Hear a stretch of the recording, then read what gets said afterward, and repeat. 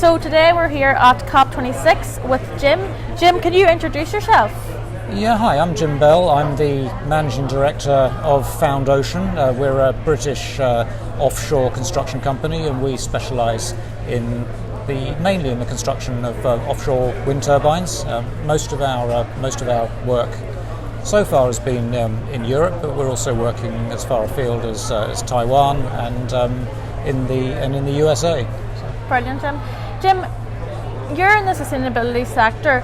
Do you find that companies like yourself are getting support from banks, from governments? Are you getting enough support, and where is the support coming from?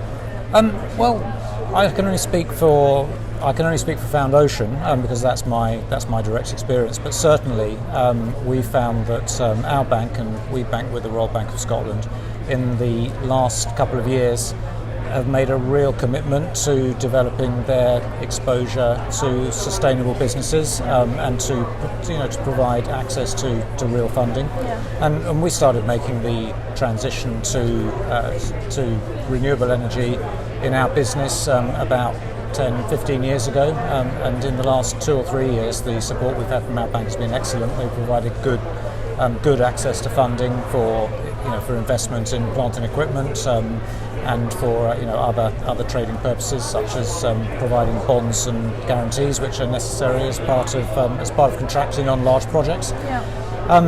And also, government has also done well. I mean, in the UK, we've got a department of government called UK Export Finance, and working through Royal Bank of Scotland as a conduit to government, because obviously it's difficult for a medium-sized business like ours to directly interface with government, which is more used to dealing with really big businesses. Mm-hmm. We can access this type of funding support through our bank and through Royal Bank, and they provide some very valuable underwriting of performance and warranty bonds, which means that it releases our own capital to be able to invest in our own business. Brilliant, and that's particularly important. Yeah, definitely. And so you've made that transition to being a renewable energy company, a more environmentally friendly company.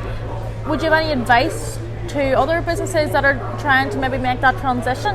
Yeah, well, I can look at what we did, and what we did was we had a certain technical process. I mean, we're a specialist in fixing structures to the seabed. So we looked at what we did, and then we looked at the more sustainable industries, and tried to work out how we could apply what we already knew into that market. And we didn't make that transition all at once, and we certainly didn't do it with immediate success. But we did our market research.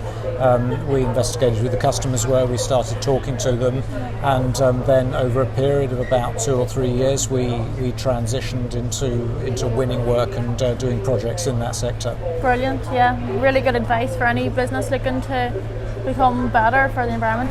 And finally, could you tell me what would you hope comes out of COP26? Well, it's clearly absolutely vital that we transition from where we are today to where we need to be within a reasonable period of time, and a period of time that will basically save the planet from an environmental disaster during the lifetime, our lifetimes, and certainly our children's lifetimes. So I think what has to come out of this is a commitment from government, from business, from the finance sector, and everybody to make that transition realistically over the next 10 to 15 years. So I certainly don't think it's possible to completely switch off the use of fossil fuels tomorrow, because that would be catastrophic for society and industry and business on many levels. But if we can make a reasonable transition over a 10 or 15 year period without upsetting society too much, and I think there's I think that our business has certainly shown that you can make that transition and still remain profitable. And I think that this transition is an opportunity for business. It's not a barrier. Yeah, brilliant. Thank you so much, Jim. That's fantastic. Lovely speaking to you.